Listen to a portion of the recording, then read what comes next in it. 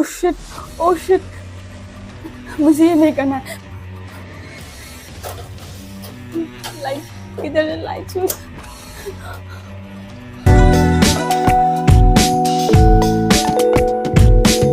Hi everyone, आप सबको मेरे ब्लॉगर में चैनल पर स्वागत है। गाइस, आज फिर से काले कपड़े में काले रूम में क्यों आई हूँ? यस गाइस, आप लोगों की अंदाजा सही है। तो गाइस, आज मैं दोबारा से करने वाली हूँ हॉरर रिचुअल चैलेंज। पता नहीं मैं ये चैलेंज बार बार क्यों कर रही हूँ।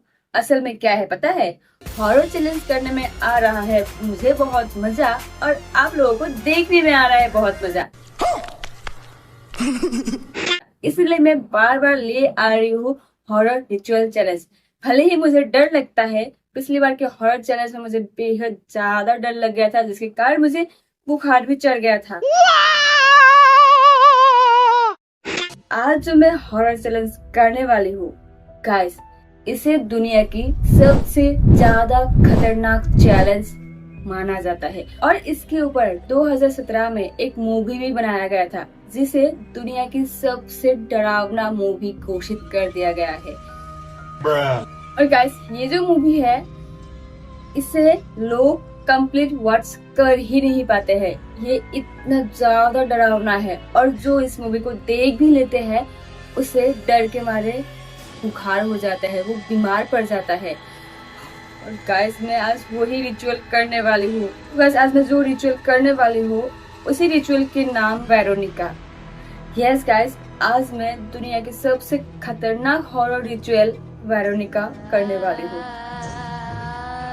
चलो अभी आप लोगों को बताती हूँ वेरोनिका की असली कहानी क्या है। क्योंकि ये जो मूवी बनाया गया था, ये रियल घटना के ऊपर बनाया गया था। क्योंकि वेरोनिका जो चैलेंज है ये असली में है, 100% रियल घटना है। तो गाइस, आप लोगों को मैं अभी बताऊंगी कि वेरोनिका की असली कहानी क्या है। तो गाइस, ये कहानी है स्पेन की मड्रिड की एस्टेफिना बुल्टर्स लजारो की। एस्टेफिना बचपन में बहुत शांत स्वभाव की थी, अपने पापा की प्यारी बच्ची थी।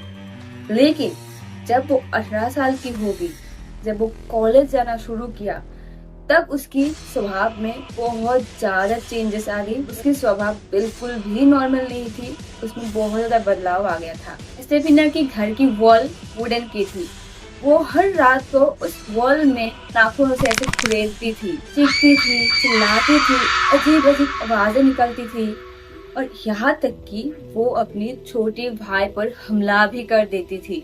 और ऐसा ही वो हर रोज रात को करने लगी, और उसकी हालत बिल्कुल भी खराब होती जा रही थी, उसकी हेल्थ बिगड़ रही थी। और उसकी ऐसी हालत देखकर उसकी मम्मी पापा को बहुत ज्यादा बुरा लग रहा है। इसलिए उन्होंने स्टेफिना को डॉक्टर के पास भी लेकर गया, फादर के पास भी लेकर गया, लेकिन ना डॉक्टर कुछ बोल पाया, ना फादर कुछ बोल पाया कि आखिर उसके साथ ऐसा हो क्यों रहा है, वो ऐसा क्यों कर रही है। फिर कुछ दिनों की बात, स्टेफिना की मम्मी और पापा उसके कमरे में छानबीन करने गया। रूम से ऐसे कुछ सामान मिला जिसे देखकर वो लोग दंग रह गए।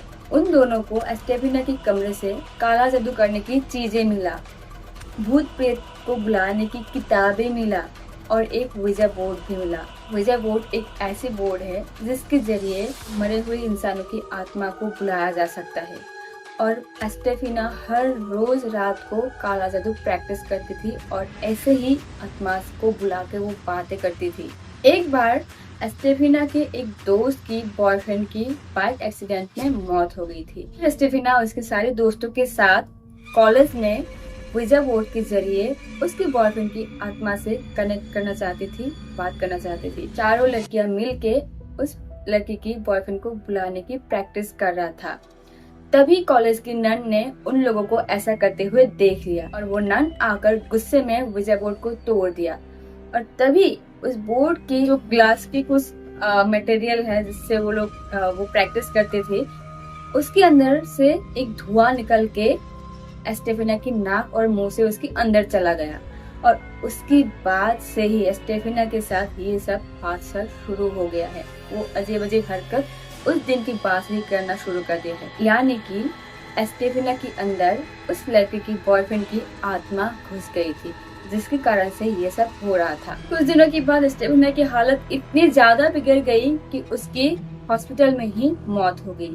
लेकिन स्टेफेना की मौत होने के बाद भी उसके कमरे में से आवाजें आना, उसके कमरे में नाखून से कुरेदने की आवाज आना और मतलब अजीब अजीब हरकत होना उस घर में बंद नहीं हुआ। उसके भाई और उसकी माँ के ऊपर भी जानलेवा हमला हुआ था। फिर स्टेफेना की मम्मी और पापा ने डिसाइड किया कि उसके कमरे को बंद कर दिया जाएगा, लेकिन इससे पहले वो लोग रूम में घुसे। रूम में जाकर देखा कि स्टेफेना के कमरे की सारी चीजें इधर उधर गिरी हुई है और उन लोगों की आंखों के सामने ही स्टेफेना की एक फोटो फ्रेम थी जो गिर गया। तब उनकी आंखों के सामने स्टेफेना की फोटो फ्रेम में आग लग जाती है। और गाइस, फोटो फ्रेम में आग सिर्फ उसके चेहरे पर लगती है, बाकी कहीं और नहीं लगती है, जिसे देखकर उसकी मम्मी पापा बेहद डर गए और वो लोग उस रूम को हमेशा के लिए परमानेंटली बंद करवाना चाहा। लेकिन परमानेंट बंद करवाने के बाद भी वो सब होना बंद नहीं हुआ और इसीलिए उन्होंने फैसला किया ये सारा चीज पुलिस को बताएंगे। लेकिन जब पुलिस आया उन लोगों के घर, जब पुलिस छानबीन करने उसके रूम में गया तो पुलिस भी दंग रह गए, क्योंकि पुलिस की आंखों के सामने भी वो सब हो रहा था जो उसकी मम्मी पापा ने उन लोगों को बयान में बताया था। तो इसीलिए एक पहली ऐसे हॉरर केस है जो पुलिस रिकॉर्ड में शामिल है। यहाँ तक कि स्पेन की गवर्नमेंट रिकॉर्ड में भी ये केस शामिल है। तो गाइस, ये जो स्टेफेना गुल्टिस लजारो थी, ये जब भी विजा बोर्ड के जरिए आत्मा को बुला के बात करती थी तब वो अपना पहचान, अपना नाम बताती थी वेरोनिका, और इसीलिए इस रिचुअल का नाम पड़ गया है वेरोनिका। हमें ये रिचुअल करने के लिए पहले तो एक डार्क रूम चाहिए, एक कैंडल चाहिए, एक मिरर चाहिए और एक टाइम डिवाइस मशीन चाहिए जिससे हम टाइम देख सकते हैं। और ये रिचुअल हम मिडनाइट में किसी भी वक्त कर सकते हैं। तो मैं शार्प 12 बजे ही करूंगी। ये गेम ऐसे खेला जाता है, हमें लाइट बंद करना पड़ेगा और हाथ में कैंडल लेकर मिरर के सामने 9 टाइम्स वेरोनिका वेरोनिका ऐसे बोलना है।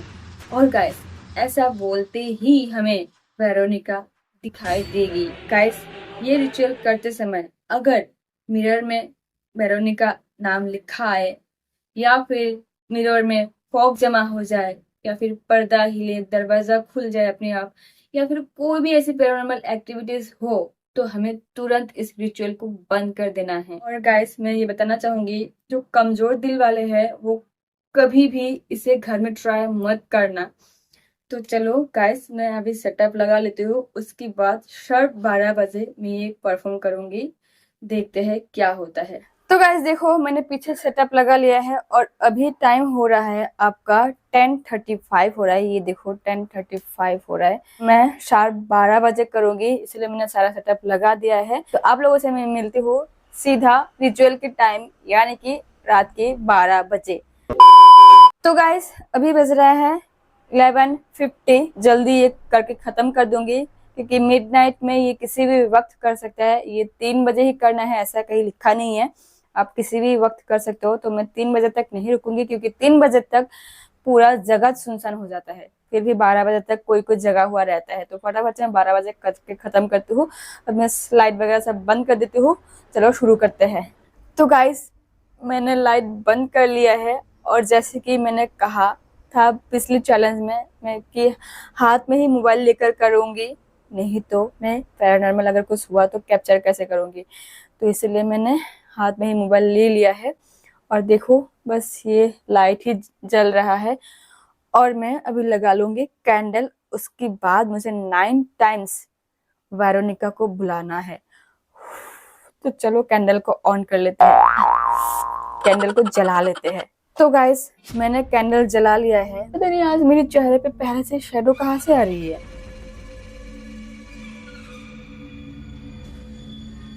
समझ में नहीं आ रहा है।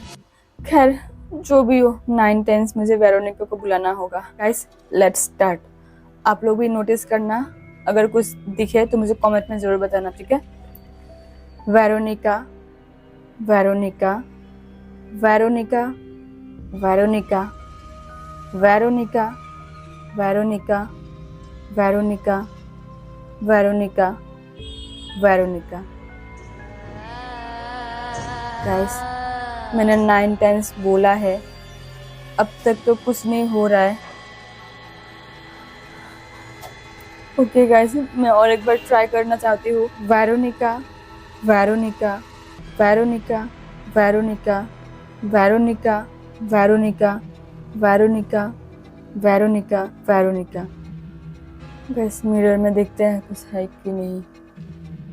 मिरर दिख नहीं रहा है, आप लोग देखो कुछ दिख रहा है क्या? कुछ नहीं दिख रहा है मिरर में।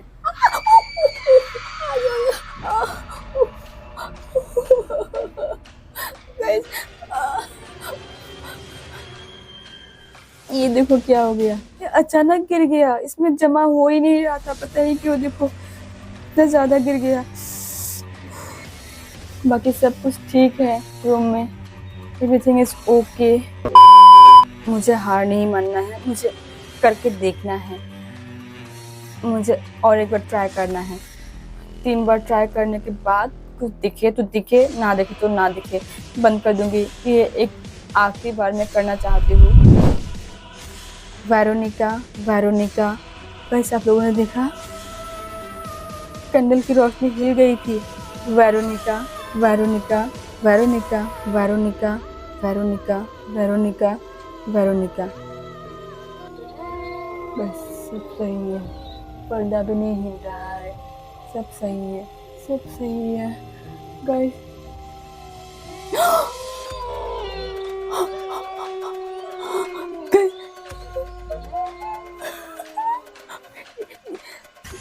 ये स्मोक देखो गाइस, लिटरली स्मोक है, देखो।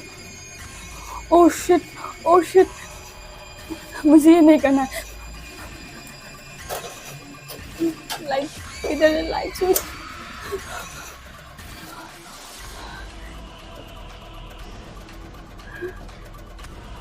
गाइस, अब नहीं है, देखो बिल्कुल नहीं है, देखो क्लीन हो गया। ओह गॉड, ओह गॉड।